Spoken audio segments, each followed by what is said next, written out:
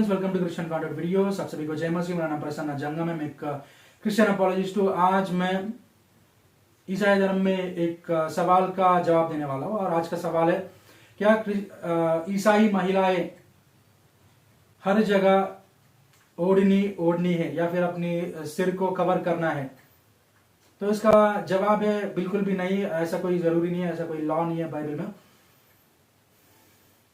अगर वो लोग चाहते हैं तो ऑब्वियसली वो लोग हेड कवर कर सकते हैं हेड कवरिंग के साथ, पर ऐसा कोई बाइबल में रिक्वायरमेंट आज के दिन के लिए नहीं है। पर ये कंक्लूजन तक आने के लिए बहुत सा एक्सप्लेनेशन की जरूरत पड़ती है, बहुत सा विवरण की जरूरत पड़ती है। बिब्लिकल डॉक्ट्रिन की कंप्लीटली क्रैक डाउन करके इसके एक्सप्लेनेशन करने के बाद ऑब्वियसली इस कंक्लूजन तक आ सकते हैं। यही रास्ता है, क्योंकि ऑब्वियसली इस चीज के बारे में जब भी हम लोग सुनते हैं, इधर उधर बहुत सारे इस चीज को लेके विमर्शा या फिर क्रिटिसिज्म को सुने होंगे। जब इस चीज का याद आता है तो बहुत सारे इसका क्रिटिसिज्म मेनली पहला कुरिन्ती 11वें अध्याय 2 से लेकर 10वां वचन तक इस 9 वचनों को कोट किया जाता है। इस बाइबल में ये कहा जाता है कि अगर कोई भी स्त्री अपने सर को कवर ना करती है तो उसका सर मुंडी किया गया जैसा ही है। और पर इसलिए हर कोई स्त्री जो भी चर्च में, या चाहे वो प्रोफेसर करती है, चाहे वो बोलती है, चाहे वो प्रार्थना करती है, तो ऑब्वियसली वो अपनी ओढ़नी को ओढ़नी चाहिए, अपनी सर को कवर करना चाहिए, नहीं तो वो लज्जादायक चीज है। ये अगर लॉ कहकर लोग और भी थोड़ा ज्यादा आर्ग्यू कर सकते हैं। अगर ये लज्जा शब्द का उपयोग ना होता तो ऑब्वियसली और थोड़ी और दूर ये चीज अगर अपनी वजन के साथ आगे पहुंचता। पर बात यह है कि अगर मान लीजिए, अगर पहला चीज ये है कि मान लीजिए कोई लड़की गंजा हो गई है, कोई लड़की या फिर कोई स्त्री, ईसाई स्त्री अपनी हेड को शेव कर लिए, तो ऑब्वियसली वो शर्मनाक चीज नहीं है, वो लज्जादायक चीज नहीं है, उससे कोई लज्जा किसी को महसूस नहीं होना चाहिए, क्योंकि ऑब्वियसली वो एक स्टाइल है। कुछ लोगों का वियर्ड हो सकता है, पुराने जमाने में वियर्ड हो सकता है, आज के लिए उसका शॉर्ट हेयर 1.2 पॉइंट ट्रिमिंग अगर लड़की का होती है तो ऑब्वियसली वो लड़की कंप्लीटली इंडिपेंडेंट है, टेक साइड की लड़की है या फिर डिफेंस साइड की लड़की है, कि अगर हम लोग कंक्लूड कर सकते हैं। तो और आज के दिन वो एक रिलीजियस सिंबल सिग्निफिकेंस है, वो एक सीक्रेट भी चीज है। अगर कोई भी स्त्री इंडिया में, अगर कोई भी स्त्री मान लीजिए तिरुपति जाएंगी या फिर कोई और पुण्य क्षेत्र आएंगे, अपने बाल को समर्पित करेंगे, तो वापस गंजा होके वापस आएंगे, तो उस सर को देख के कोई अगर ऐसे कोई क्रिश्चियन जाके या फिर कोई बंदा जाके, कोई व्यक्ति जाके ये कहेंगे कि आप एकदम लज्जित चीज कर रहे हो, तो कुंदल कुंदल के मारेंगे, बुरी तरह पीटेगा वो बंदा, क्योंकि वो शेमफुल चीज नहीं है। क्योंकि वो एक शेमफुल चीज तब होता है, एक मॉरली शेमफुल चीज को कोई व्यक्ति करता है तो उस व्यक्ति एक शर्मनाक चीज किया हुआ व्यक्ति जैसा दिखेगा। पर अगर ना ऐसा कोई चीज है, एक स्टाइल वाली चीज है, कुछ लोगों को अजीब लग सकता है पर कुछ लोगों को स्टाइलिश लग सकता है। मान लीजिए वो उस टाइम में वो चीज लज्जादायक चीज है, शेमफुल चीज है, अगर ऐसा मान भी लेंगे हम लोग, उसका जवाब, क्योंकि हर कोई स्त्री, मान लीजिए 1 लाख में 10 लाख में 1-2 स्त्रियां, मैं अफ्रीकन अमेरिकन या फिर अफ्रीकन वुमेन के बारे में बात नहीं कर रहा हूँ, बाकी कॉन्टिनेंट्स के जो स्त्री होते हैं उनके हर किसी के लंबे नहीं होते, हर किसी के एकदम मजबूत नहीं होते, हर किसी के एकदम मोटे नहीं होते। तो ये भी पॉसिबल था कि कुछ लोग गंजे भी होंगे। 1 लाख 10 लाख में कम से कम 1-2 लोग शायद गंजे भी हो सकते हैं। कुछ लोगों के कंप्लीटली हेयर ग्रोथ बिल्कुल भी नहीं रहता है, कंप्लीटली सर पूरा एकदम लाइट हो जाता है, एकदम फीका पड़ जाता है। तो उन जैसे लोग अगर उन लोगों के लिए शर्मनाक होता तो बाइबल को ये कहना था कि सिर्फ आप लोग अपनी हेड को कवर कर लीजिए, और बाकी लोग जिसके हेयर अच्छे हैं या फिर लंबे, मतलब डिसेंट साइज की हो, डिसेंट दिखती है, अच्छा हेयर है, तो ऑब्वियसली क्योंकि मेजॉरिटी वुमेन की ऐसी होते हैं बाल की, तो सिर्फ जिसके हेयर अच्छे नहीं है, जिसका गंजा सर है, तो जिसका मुंडी जैसा सर है, तो ऑब्वियसली वो लोग ताकि कुछ लोग सड़क पे इधर उधर चलते हुए चर्च को आते हुए महिला को देख के छेड़ेंगे कि बोलेंगे, नामे पुकारेंगे, गंजा गंजा बुलाएंगे। तो ऑब्वियसली इसके लिए अगर चर्च अगर बाइबल अगर कहता है तो हम लोग सोच सकते हैं कि बाइबल इन लोगों के लिए कह रहा है। तो पर हर ये वाला वचन हर महिला के लिए कहा गया है, और इमेज ऐसा है। और अगर सिर्फ गंजा महिलाओं के लिए, सिर्फ बॉल्ड महिलाओं के लिए लिखा होता तो यहाँ पे लिखा हुआ होना चाहिए, पर क्योंकि सिर्फ महिलाएं कहा गया है तो हर कोई महिला के लिए ये कहा गया है, ऐसा हम लोग सोच सकते हैं। तो अगर कोई भी महिला अगर गंजा भी हो गई है स्टाइल के लिए, तो अगर उस कल्चर में वो वाला चीज शर्मनाक चीज है, शर्मिंदा महसूस करानी चीज है उस कम्युनिटी के लिए, तो उन महिलाओं को ये कहना चाहिए ताकि वो अपनी हेयर बढ़ाए, वो अपनी बाल दोबारा बढ़ाए और दोबारा ना काटे, दोबारा छोटा ना करे, दोबारा गंजा ना हो। पर ये कहा गया है कि अगर सिर्फ महिलाओं को ये कहना था कि हर हालत में आप अपने सर पे बाल रखिए, ताकि इस कम्युनिटी में, इस कल्चर में हमारे लिए शर्मनाक चीज ना होगी, हमारे लिए अच्छा प्रेजेंटेबल हम लोग दिखेंगे सोसाइटी में, कहकर बोलना था। तो यहाँ पर शेमफुल, लज्जादायक चीज, एक वुमेन अगर शेव कर लेगी अपनी हेड को कहकर कहा गया है। तो और बाइबल ऑब्वियसली अपनी ड्रेसिंग स्टाइल, अपनी ग्रूमिंग स्टाइल को पूरी दुनिया पे रब ऑफ करने की कोशिश नहीं कर रही है। और बाइबल सुबह उठ के ब्रश करिए, सुबह उठ के नाश्ता करिए, स्कूल को पंक्चुअली टाइम पे जाइए, वर्क प्लेस पे टाइम पे पहुंचिए, टाइम पे पंच करिए कहकर बाइबल ये नहीं सिखा रहा है, क्योंकि ये दैनिक चीजों को कैसे करे का इंसाइक्लोपीडिया नहीं है। तो ऑब्वियसली इस चीज के बारे में एक स्पिरिचुअल एस्पेक्ट है, सोसाइटल मॉरल एस्पेक्ट भी है। तो हम लोग इस लेंस से देखेंगे तो ऑब्वियसली हम लोग ये पता करेंगे कि ये एक कल्चर बाउंड वर्स है। बाइबल में अलग किस्म के कल्चर वर्सेस होते हैं, कुछ कल्चर बाउंड होते हैं, कुछ टाइम बाउंड होते हैं, कुछ प्लेस बाउंड होते हैं। और ये वाला वचन जो है कल्चर बाउंड है, क्योंकि सर पे बाल कंप्लीटली शेव ऑफ करना उस टाइम के लिए शेमफुल चीज था, शर्मनाक चीज था, इसलिए क्योंकि उस टाइम पे जो महिलाएं थे जो अगर गंजा बन गए, उसका मतलब ये रहा कि वो महिला वेश्या है। उस टाइम पे क्या है ना, उस टाइम पे कोरिंथ जो सिटी था, कोरिंथ जो टाउन था, वो जगह जो था वो एक ट्रेड प्लेस था, पोर्ट एरिया था। तो उसका मतलब ये रहा कि कोई भी एक शिप आता है बहुत सारा कार्गो लेके, लाखों करोड़ों, उस टाइम पे, आज के दिन शायद अरबों हजारों लाखों करोड़ों रुपयों का संपत्ति लेके, कार्गो लेके, प्रोडक्ट्स लेके इधर उधर वो लोग आते रहेंगे। तो ऑब्वियसली उस सेलर्स को, उस मर्चेंट्स को, उस ट्रेडर्स को, उस कैप्टन्स को हर जगह हर तरह सुखित रखना, हर तरह खुश रखना इन लोगों का, जो भी उस टाइम का शायद गवर्नर्स था, एडमिनिस्ट्रेटर्स था, उनके लिए जिम्मेदारी था, बड़ी जिम्मेदारी था। क्योंकि अगर ये पोर्ट जाएगा तो कोई और ट्रेड प्लेस वो लोग चुन लेंगे, तो ऑब्वियसली इनके टैक्सेस कम हो जाएंगे, इस जगह का इनकम कम हो जाएगा। तो उसके लिए उन लोगों को एंटरटेन रखना उन लोगों का शायद जिम्मेदारी था। तो इसलिए वहां पे एक टेम्पल था, उस टेम्पल प्रांगण जो था वहां पे भयंकर रूप से प्रोस्टिट्यूशन होता था। और उस प्रोस्टिट्यूट्स अनफॉर्चुनेट रीजन से कोई भी स्त्री कोई भी अनफॉर्चुनेट रीजन के वजह से प्रोस्टिट्यूट बन गई है, वो अपने आप को प्रोस्टिट्यूट बताने के लिए अपने आप को गंजा कर लेती थी। और कोई भी लड़की या स्त्री वहां पे उस कोरिंथ में गंजा थी, तो उसका मतलब वो है कि वो महिला mostly almost all of the times prostitute ही थी। तो इसके लिए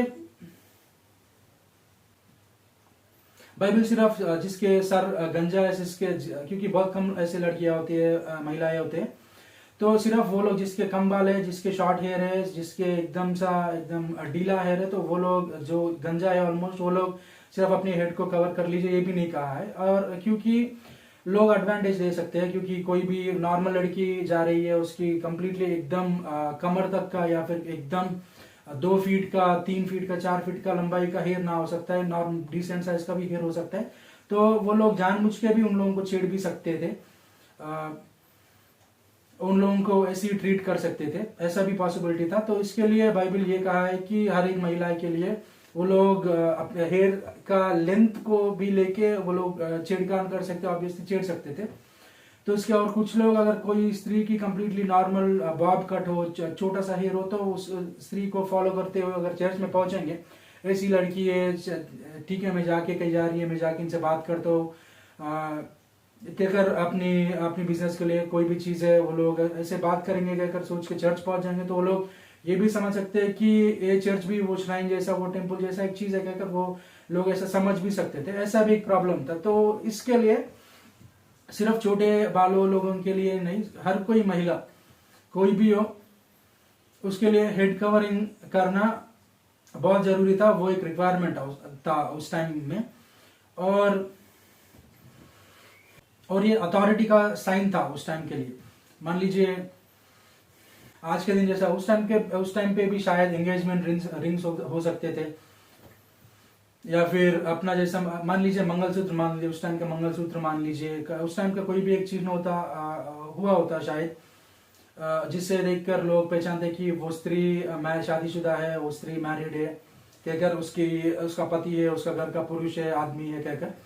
पर किसी व्यक्ति को अगर छेड़ना है, इस चीज का अगर फायदा उठाना है, ऐसा भी हो सकता है कि कभी शादीशुदा होने के बाद भी पॉसिबिलिटी है कि वो लोग अनफॉर्चुनेट रीजन से, कोई भी वजह से हो, वो लोग प्रोस्टिट्यूशन में एंड अप हो जाते हैं। तो ऐसे भी लोगों को किसी भी हालत में प्रोस्टिट्यूट जैसा ट्रीट ना किया जाना चाहिए, करने नहीं देना चाहिए कहकर क्रिश्चियन कम्युनिटी में उस टाइम में ये वाला लॉ को, फतवा को जारी किया है उस टाइम में, कॉरिंथ चर्च के लिए स्पेसिफिकली।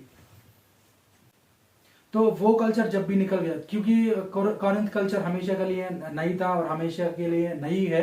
आज के दिन एक प्रोस्टिट्यूट को, एक वैश्या को ऐसा ऐसा नहीं पहचाना जाता है। उस टाइम में जैसा पहचाना जाता है, आज उस जैसा पहचाना नहीं जाता है। आज के दिन गंजा होके एक स्त्री अपने आप को, अगर कोई वेश्या है तो वेश्या मैं हूँ कहकर अपने आप को गंजा होकर नहीं बताती है, उस टाइम के कल्चर के जैसा। तो वो वाला लॉ जो था उस कल्चर के लिए बाउंड था, क्योंकि वो कल्चर हट गया है आज। पर उसका टाइमलेस ट्रूथ ये है कि आज के दिन नॉर्मली मंगलसूत्र देख के ही, एंगेजमेंट रिंग देख के ही कोई भी व्यक्ति पहचान जाते हैं कि ये व्यक्ति शादीशुदा है, ये स्त्री शादीशुदा है कहकर पहचान जाते हैं। और उस टाइम जितना रैम्पेंट प्रोस्टिट्यूशन नहीं था, वो ट्रेड की एकदम एक अलग सी दुनिया था, प्रोस्टिट्यूशन की, इमोरालिटी की कंप्लीटली दुनिया था। तो पब्लिक प्रोस्टिट्यूशन हो रहा था, फ्री में प्रोस्टिट्यूशन हो रहा था, हर जगह वो एक रिलीजियस एक्टिविटी जैसा वो लोग मान रहे थे, और किसी भगवानों को प्रसन्न कर रहे हैं ये चीज करके, ऐसा लोग भी मान रहे थे उस टाइम पे। तो ऑब्वियसली इस चीज को कंट्रोल करना था, ये फतवा था, ये लॉ था। तो आज के लिए वो लॉ नहीं है, क्योंकि वो कल्चर पास हो चुका है। आज के दिन लड़कियों को, या फिर अनफॉर्चुनेट रीजन से कोई वेश्या बन जाती है, उसको ऐसे पहचानते हैं। मान लीजिए कोई स्त्री मिडनाइट को कोई बस स्टैंड में रहती है, चाहे वो ना भी हो ऐसी औरत, पर भी उसको ऐसे ही माने जाते हैं और ऐसे ट्रीट भी किया जाता है कुछ लोगों से। वो लोग ऐसे ट्रीटमेंट भी पाते हैं कुछ लोगों से। मैंने इधर उधर से जाते कि मैं जानता हूँ ऐसा है। तो आज के दिन भी वैसा ही रिस्ट्रिक्शन है क्रिश्चियनिटी के लिए, क्रिश्चियन विमेन के लिए, क्योंकि हम लोग ऐसे नहीं है।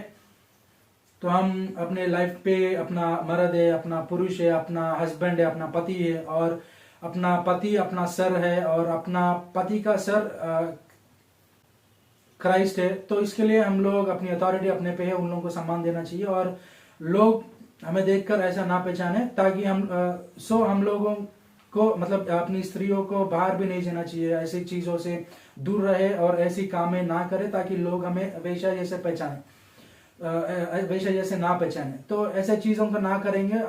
आज का भी लॉ है, उसका टाइमलेस प्रिंसिपल वो है। वो चीज में कवर को, उस टाइम का फॉर्म जो था, वो फॉर्म को यूज किया, क्योंकि वो टाइम का साइन वो था, वो टाइम का चिन्ह वो था। पर आज का चिन्ह दूसरा है, आज का साइन दूसरा है। पर उद्देश्य जो है, इरादा जो है उसका, लोगों को अपने को वैसा जैसा पहचानने से बचाए।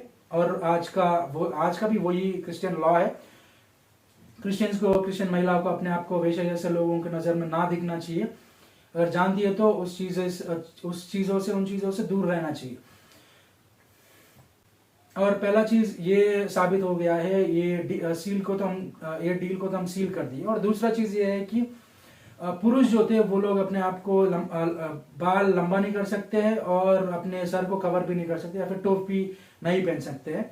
ये भी लॉ था उस टाइम का इन 9 वचनों से। तो उसका मतलब ये रहा, अगर पहला चीज कल्चरली हम लोग ने डिडक्ट कर दिया, और दूसरा चीज शायद कल्चरल भी ऐसा ही हो सकता है, क्योंकि लंबा हेयर होंगे तो परमेश्वर को क्या दिक्कत होगा। लंबा हेयर होगा, लंबा बाल होगा एक पुरुष का, तो परमेश्वर का कैसा डिसऑनर करना होगा। तो बाइबल सीधा कह सकता था कि अपना हेयर ट्रिम करिए। और बाइबल में ऐसा भी सिचुएशन है, कोई अगर नाजिरेट वाव को कीप करते, नाजिरेट कोई बाइबल में बनते, तो ऑब्वियसली वो लोग ना दाढ़ी कटाते ना हेयर कटाते, तो कंप्लीटली वो लोग अपनी बाल को ऐसे ही छोड़ देते थे, अपनी दाढ़ी को ऐसे छोड़ देते थे जब से वो लोग पैदा होते तब से। तो कंप्लीटली वो लोग अपनी बाल और दाढ़ी को छोड़ देते थे। तो बाइबल में भी ऐसे इंस्टेंसेस थे जहाँ पे प्रभु यीशु मसीह का भी दाढ़ी बड़ा था, कंप्लीटली अनटच्ड था, और उस प्रभु यीशु मसीह का भी हेयर अनटच्ड था, एकदम बड़ा था, ऐसा मानना है। तो यहां से हम लोग डिडक्ट कर सकते हैं कि उस टाइम में चर्च में जूडाइज्म को क्रिश्चियन डॉक्ट्रिन के साथ मिक्सअप करने का बहुत से प्रयास चले, गंदी प्रयास या फिर बुरा प्रयास चले।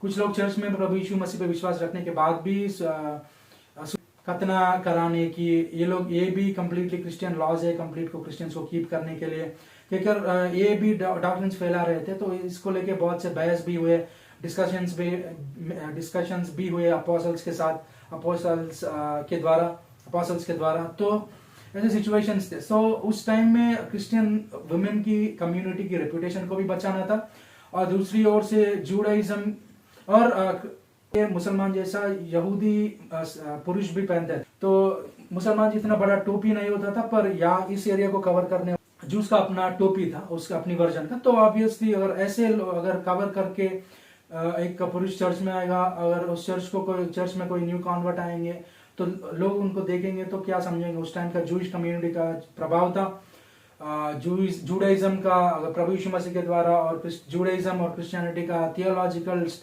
आइडियोलॉजिकल क्लैश चल रहा था। तो हाई था, जूडाइज्म का व्यू भी हाई था, इमेज भी हाई था। अगर कोई व्यक्ति चर्च में आएंगे तो उसको देखेंगे तो समझेंगे कि क्रिश्चियनिटी भी वो फेथ है, क्रिश्चियनिटी ये प्रभु यीशु मसीह पे मानते हैं, पर ये जूडाइज्म की लॉज को कीप करते हैं। कि अगर लोग सोच सकते हैं तो एक रॉन्ग डॉक्ट्रिन प्रीच करने का भी वहां पे पॉसिबिलिटी था चर्च के लिए, ना जाने अनजाने।